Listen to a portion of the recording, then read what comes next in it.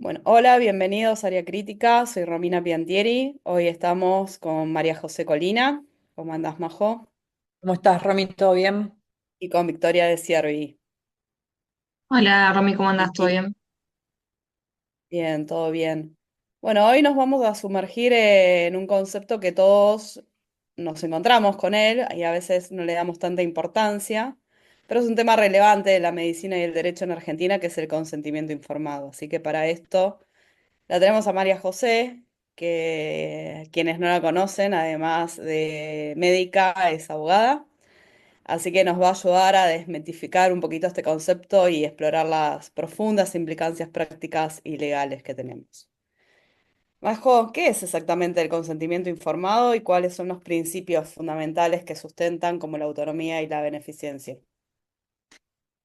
Bueno, a ver, el concepto, lo primero que tenemos que entender respecto del consentimiento informado es que el principio, digamos, de autonomía que tienen los individuos de regir su propio cuerpo, esta capacidad que tiene el paciente en el contexto de la relación con el médico de tomar sus propias decisiones, es central y es lo que guía todo el actuar médico, digamos. Nosotros hacemos lo que hacemos como médicos porque media un consentimiento.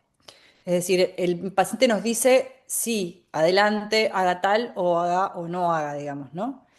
Y la misma palabra, ahora vamos a ir viendo y desmenuzando un poquito, pero la misma expresión nos habla de este concepto, ¿no? Que es consentimiento informado, es consentimiento porque es un acto de voluntad, consentir, o dar la voluntad, e informado porque implica que el paciente sepa a qué se va a tener que exponer, digamos, ¿no?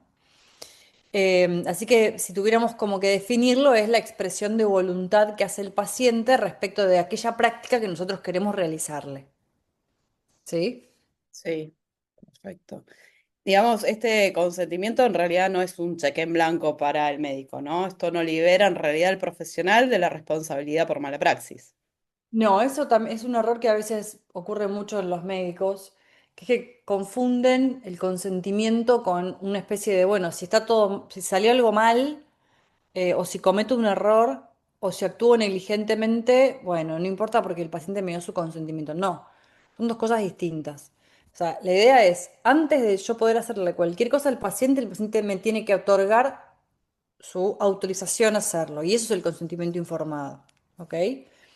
La responsabilidad bajo ningún punto de vista, la responsabilidad profesional de los médicos, bajo ningún punto de vista puede ser obviada porque el paciente nos dé el consentimiento sobre aquello que le vamos a hacer. ¿Ok? Y todo esto hay que encuadrarlo, digamos, en lo que denominamos el marco normativo, que es básicamente es qué leyes rigen o estructuran este concepto, ¿sí? Entonces hay una ley nacional que es la 26.529, que es la Ley de Derechos del Paciente en su relación con los profesionales e instituciones de la salud, que les recomiendo un montón a todos que la miren, la ojeen, si les interesa algún tema en particular lo podemos desarrollar en el podcast, pero habla de un montón de aspectos de la relación entre el médico, el paciente, la historia clínica, o sea, hay un montón de información de lo que hace a la actividad nuestra que está contenida en esa norma, ¿sí? Recuerden que es una norma nacional y para saber si tiene vigencia en su provincia, en cada una de las provincias donde están escuchando, ustedes tienen que fijarse si esa ley fue incorporada, ¿sí? Porque en cuestiones de salud las provincias son autónomas, con lo cual pueden tomar la decisión de adherir a esta ley o no. Entonces, siempre fijarse si hay adherencia por parte de la provincia de esta ley, que creo que casi todas sí, pero esto hay que chequearlo, digamos, ¿no? Esta ley tuvo una modificación, que es lo que se llamó la ley de muerte digna, o sea, es una ley que modifica otra ley, ¿sí? Y se incorporó lo que tiene que ver con los derechos del paciente respecto a una situación donde están en una irreversibilidad de su cuadro.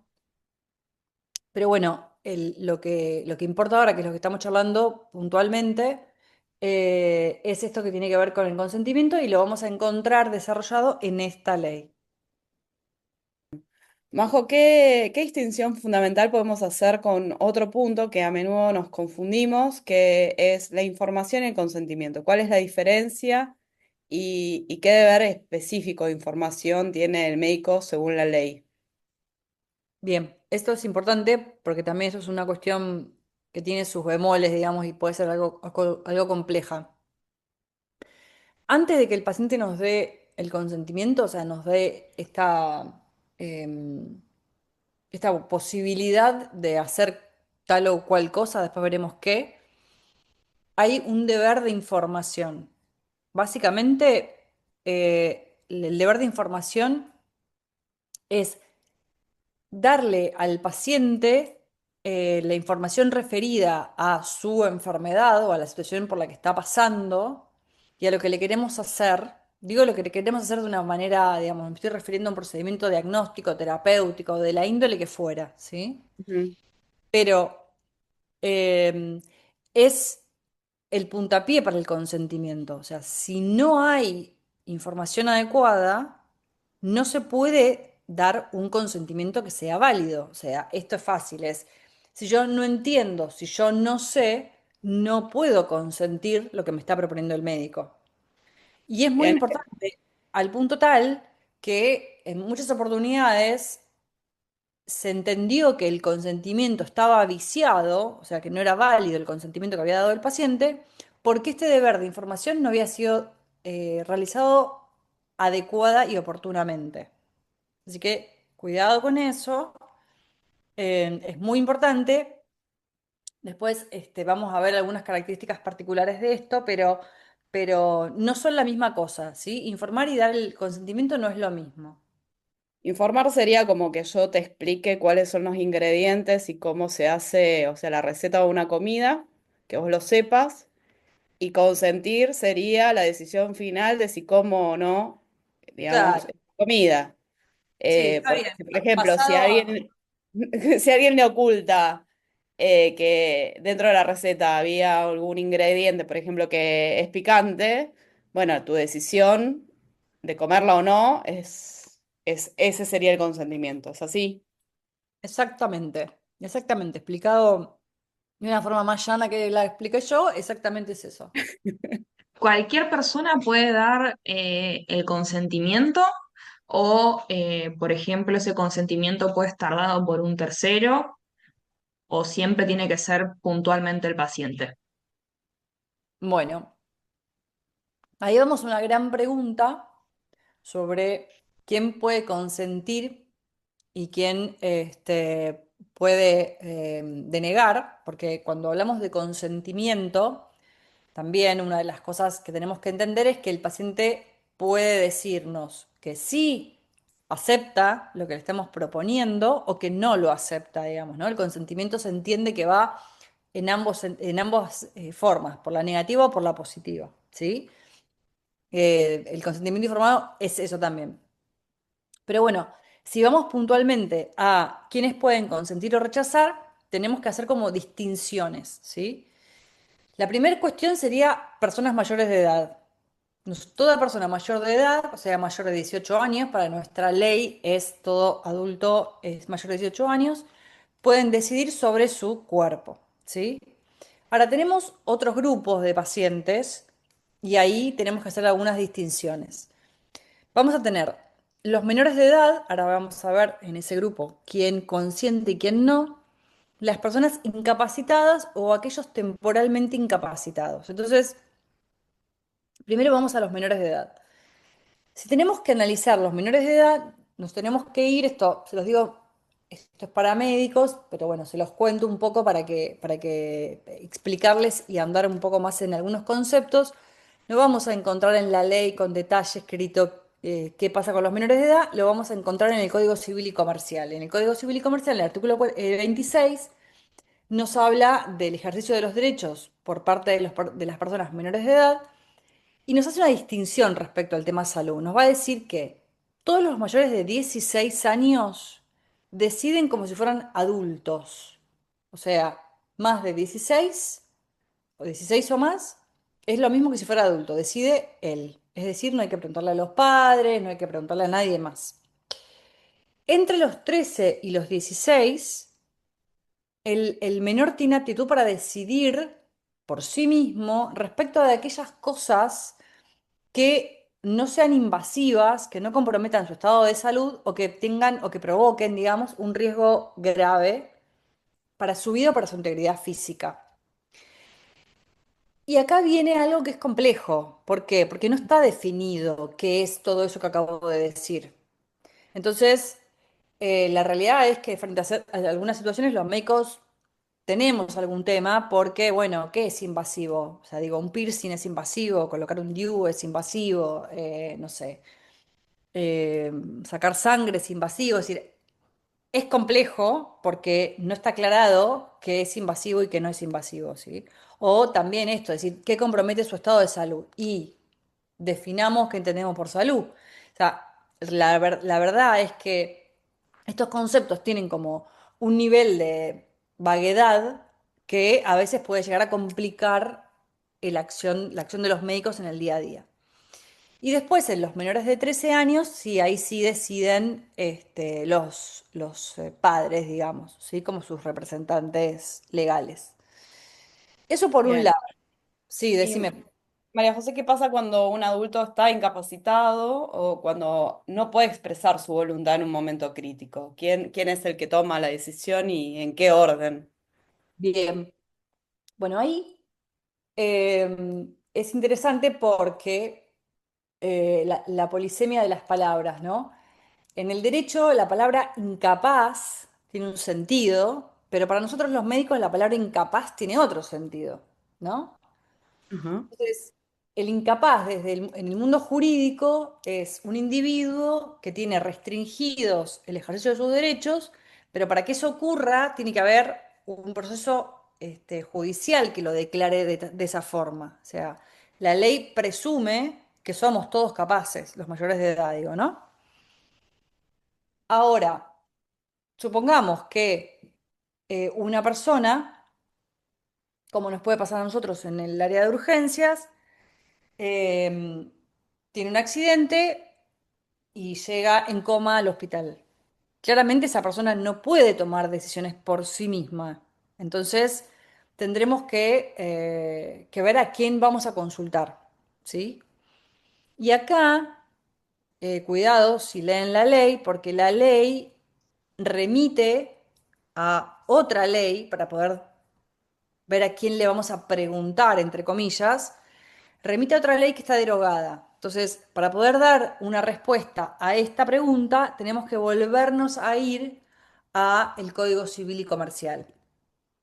Y ahí nos vamos a ir al artículo 59 del Código Civil y Comercial que nos dice que si una persona está incapacitada o imposibilitada de expresar su voluntad, quienes pueden hacerlo, digamos, son una variedad bastante extensa de personas, que puede ser el representante legal, si tiene representante legal, el apoyo, o sea, el apoyo es cuando está declarado incapaz, el cónyuge, el conviviente, el pariente, el allegado, aún la persona que acompaña, digamos, ¿sí? Es decir, todas esas personas, y no hay un orden de prelación, no es más importante uno que otro. Bien. Obviamente que si está el cónyuge y está el vecino, no le vamos a preguntar al vecino, digo, ¿no? Eh, pero bueno, sí nos pasa bastante a veces en la situación de la atención en guardia, que la persona está acompañada por quien está. O bien porque no existe otro familiar, pasa mucho, o porque el familiar no está. Eh, y acá sí pongo un asterisco, digamos. Todo esto de preguntar a una tercera persona eh, se realiza en tanto y en cuanto no haya una situación grave de emergencia que tenga un riesgo cierto de una situación de riesgo de vida, ¿sí? O bien un mal grave para la persona. Porque ahí decidimos los médicos, ahí esto se encuadra como una situación de emergencia y entonces somos nosotros los que tomamos la decisión. ¿Por qué? Porque hay que actuar rápidamente, ¿no? Y esto también está claro. Es una de las excepciones la acción en la emergencia, ¿sí? Respecto a de pedir el consentimiento o no pedirlo, ¿ok? No sé si Bien. quedó claro todo este concepto. Sí, yo creo que sí. Vos, Vicky, algo Sí, que... total, total.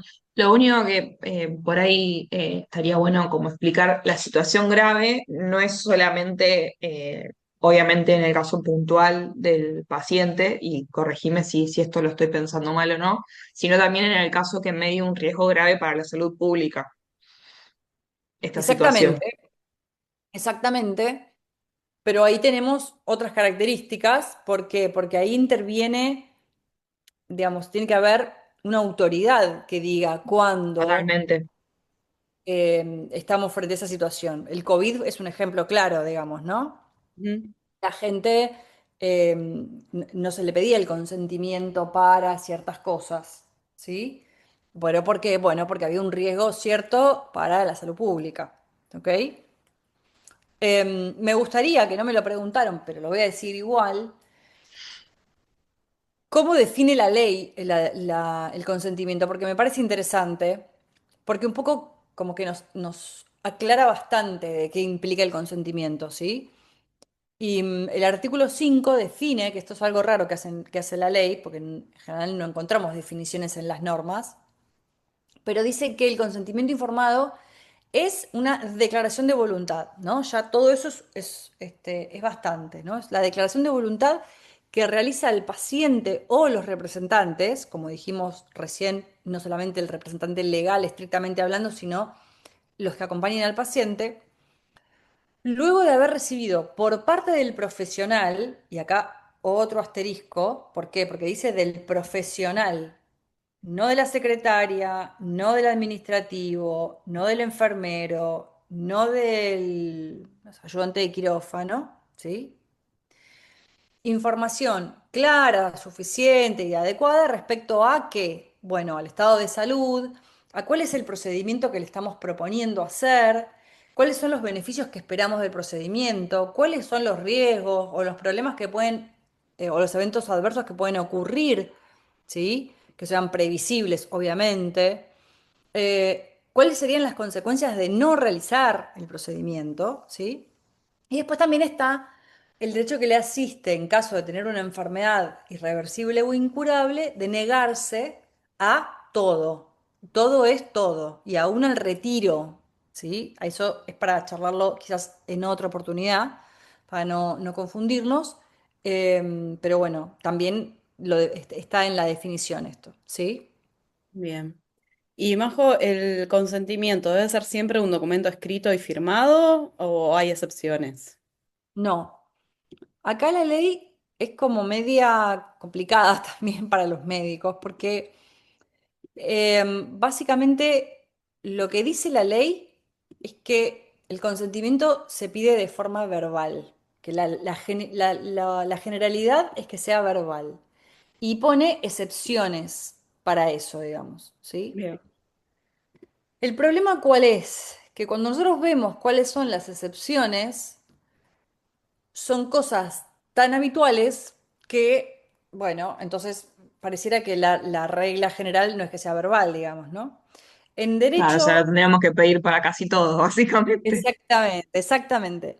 En derecho a esto, digamos, se le llama forma, es decir, la forma de llevar adelante el proceso del que estamos hablando, ¿ok? Entonces, lo que dice la ley es que la regla general es verbal y que debe ser por escrito y con firma cuando vamos a internar al paciente, cuando le vamos a hacer una intervención quirúrgica, cuando le vamos a hacer un procedimiento diagnóstico o terapéutico invasivo, cuando todo lo que tenga que ver con la investigación, ¿sí? Frente a la revocación, ¿qué es la revocación? Es cuando el paciente me dice, vamos a poner un supuesto. El paciente me dice que sí a algo y después revoca esa decisión. Si dice, no lo voy a hacer. Bueno, eso también debe quedar por escrito, ¿sí? Y después hay una forma especial en las situaciones en las que estamos hablando de lo que es la ley de muerte digna, es decir, todo lo que tiene que ver con el rechazo o el retiro de medidas de soporte vital. En el caso de irreversibilidad, eso tiene una forma especial, ¿ok? Que se denomina por acta. Eso también lo vamos a hablar cuando hablemos de esto. Pero en todos estos casos, y fíjense que es bastante extenso, debe ser por escrito y con firma. Se entiende que si uno va a sacarle sangre al paciente y el paciente obviamente asiste a eso, bueno, no hace falta que le hagamos firmar cada vez que le vamos a sacar sangre. Pero obviamente que sí para procedimientos, cualquier intervención quirúrgica o cualquier procedimiento invasivo, eso debería estar por escrito. En la historia clínica se puede hacer, dependiendo del lugar donde estén, en la historia clínica, para algunos estudios o procedimientos hay preformas que se pueden tener y hacerle firmar al paciente. Siempre todo esto, repito, porque es súper importante. No es que le doy el papel al paciente para que lo lea y lo firme. O sea, se lo tengo que explicar. Tengo que dar el lugar y el espacio para que si el paciente no entiende, me pregunte. Y tiene que ser el profesional. Repito esto. Tiene que ser el profesional. No puede ser un auxiliar. ¿Ok? Bien, entonces escuché, Majo, que el consentimiento es siempre revocable, ¿no? Y que esto uno también se lo tiene que explicar al paciente. Es, mira, esta es la situación, vos podés consentir y si después te arrepentís, está bien que te puedas arrepentir. Claro, explicárselo al paciente, decírselo, o sea, si usted tiene dudas o sea, lo que sea, pero que el paciente sepa que puede retractarse y revocar el consentimiento que haya dado. Tanto si dijo que no al principio y después acepta o al revés, digamos, ¿no? Pero esto como que tenerlo, decírselo a los pacientes. Tenemos que en este sentido eh, ser bastante claros y explicarle bien a los pacientes o a sus familiares. Y otra cosa importante también, que esto es un error en el que muchas veces se cae en distintos lugares, ¿no? Pero es si el paciente está lúcido, no hablar con el paciente sobre un diagnóstico adverso.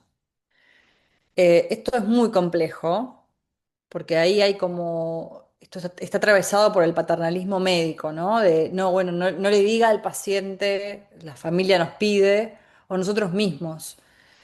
Em, si el paciente está lúcido, tenemos que entender que es su derecho a estar informado. El paciente puede elegir no querer saber.